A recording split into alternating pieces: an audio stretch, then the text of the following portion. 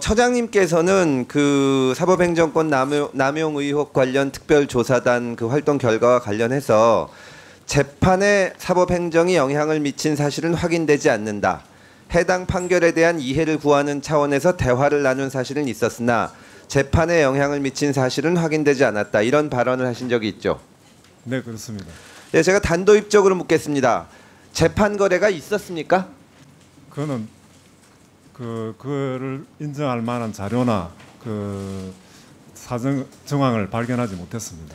재판 거래와 관련해서 형사 책임을 져야 할 사람이 없습니까? 그렇게 판단을 했습니다. 재판 거래는 제 생각엔 두 가지 유형으로 나눠볼 수가 있습니다. 첫째는 정권의 입맛에 맞게 혹은 정치권의 요구에 따라서 구체적인 사건에서 재판이나 판결에 영향을 미치는 행위. 예를 들면 법원행정처에서 판사에게 영향력을 행사하는 것이 첫째고요. 둘째는 그렇게 선고한 판결을 가지고 정권과 거래를 하려고 드는 것.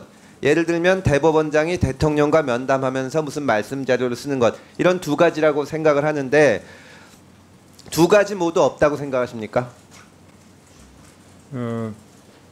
그러니까 그 대화를 부드럽게 한다거나 기타 그 여러 가지 접촉하는 사람들의 그 호감을 받기 위해서 그렇게 그 일정한 판결을 뽑아서 그렇게 하는 거는 뭐 있었다고 생각합니다. 대화를 부드럽게 한다는 말씀이 무슨 말씀인지 모르겠는데 예를 들어서 저도 변호사 생활을 했지만 네. 변호사가 판사하고 사적인 자리에서 만났을 때 네. 아 이번에 내가 맡은 사건 좀 봐줘 하고 농담을 해도 네. 판사들은 아주 정색을 하고 그게 말이 되느냐 내지는 뭐 아이 그 기록을 잘 보겠다 정도의 말을 하지 뭐 그 사건에 대해서 이번에 법원에서 좋은 판결이 날 거라든지 났다든지 이런 얘기는 안 하지 않습니까? 네, 그렇습니다. 대화를 그것도, 부드럽게 한다는 게 무슨 말씀인가요? 그러니까 그 좋은 인상을 주기 위한 그런 게 아닌가 생각합니다. 저는 대단히 부적절하다고 생각을 합니다.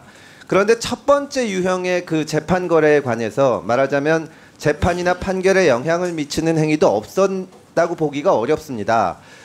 잘 아시는 것처럼 대법원은 2015년 3월과 6월에 유신 당시 긴급조치에 대해서 대통령의 긴급조치권 행사가 국민 개개인에 대한 관계에서 불법 행위를 구성하지 않는다라고 판결을 했죠.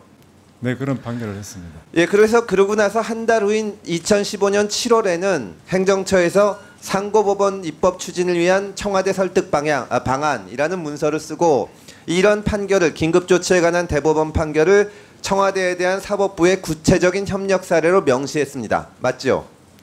네, 그렇습니다. 그런데 그로부터 한 달여 후인 2015년 9월에 서울중앙지방법원에서 대법원 판결과는 정반대로 대통령의 긴급조치 구호 발령 행위는 고의 내지 과실에 의한 위법행위에 해당한다. 이런 판결이 나왔죠.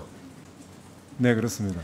그러니까 판결이 있음으로부터 열흘도 되기 전에 9월 19일과 또 9월 22일 두 차례에 걸쳐서 임종원 차장의 지시로 최모 윤리감사 기획심의관이 법관의 잘못된 재판에 대한 직무감독 검토 계획이라는 문서를 작성을 했고 거기서 직무감독을 행할 필요성 자체는 있다라고 명기를 했습니다. 맞습니까?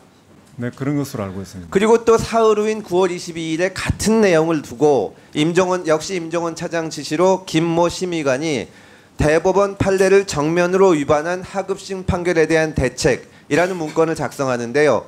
대법원 판결 선고 후 6개월도 지나지 않은 시점에 대법원 판례를 정면으로 위반하는 판결을 선고하였음. 이렇게 해놓고 매우 부적절한 행동으로서 직무윤리 위반의 가능성이 존재한다라고 하고 징계에 대해서도 검토를 했습니다.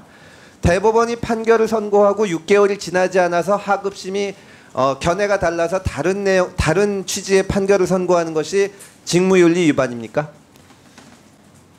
대법원 판결이 있고 그에 배치되는 하급심 판결이 계속 나오는 것은 바람직한 것은 아니라고 볼 수 있습니다. 제가 묻는 질문은 그러니까 직무윤리 위반이냐고 그 질문을 재판에 드렸습니다. 관해서는 재판에 관한 어떤 특별한 그 과오가 없는 이상 재판 자체만으로 징계 사유는 되지 않는다고 생각합니다. 그런 그 말씀하신 대로 당연히 징계 사유가 되지 않고 판사는 법과 양심에 따라서 재판을 하는 것이기 때문에 대법원 판결이 난 바로 다음 날이라고 하더라도 그 당의 사건이 아닌 이상은 반대 취지의 판결을 할 수도 있습니다. 맞습니까? 네, 그렇습니다. 뭐 네. 대표적으로는 뭐 양심적 병역 거부에 대해서 이런 판결도 나고 저런 판결도 나지만 그것이 다 판사가 자기가 생각하는 올바른 법의 해석과 양심에 따라서 한 문제는 없는 거 아니겠습니까? 예. 근데 그런 판결을 했는데 법원행정처에서 매우 부적절한 행동으로서 직무윤리 위반의 가능성이 있다. 그리고 징계 검토를 하면 이게 판결에 영향을 미치는 행위가 아닙니까?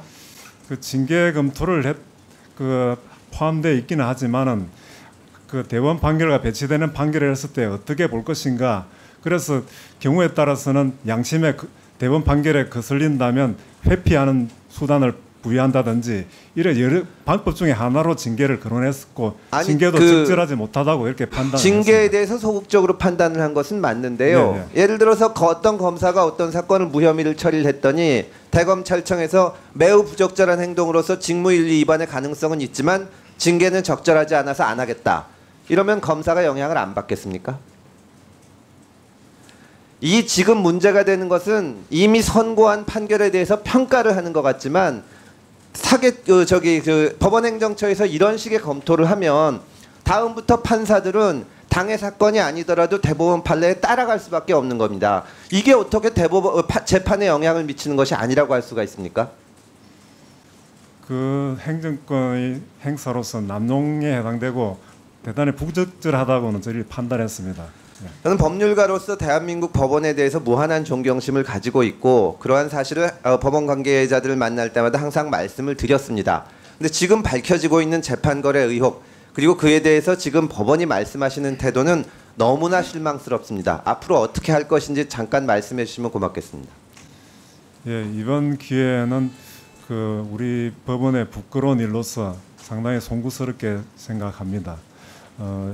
이 지금 수사가 계속 중이니까 구체적으로 더 이상 말씀드리기는 어려운 점도 있지만은 앞으로 이를 통해서 국민의 신뢰를 받을 수 있도록 거듭나도록 최선을 다하겠습니다.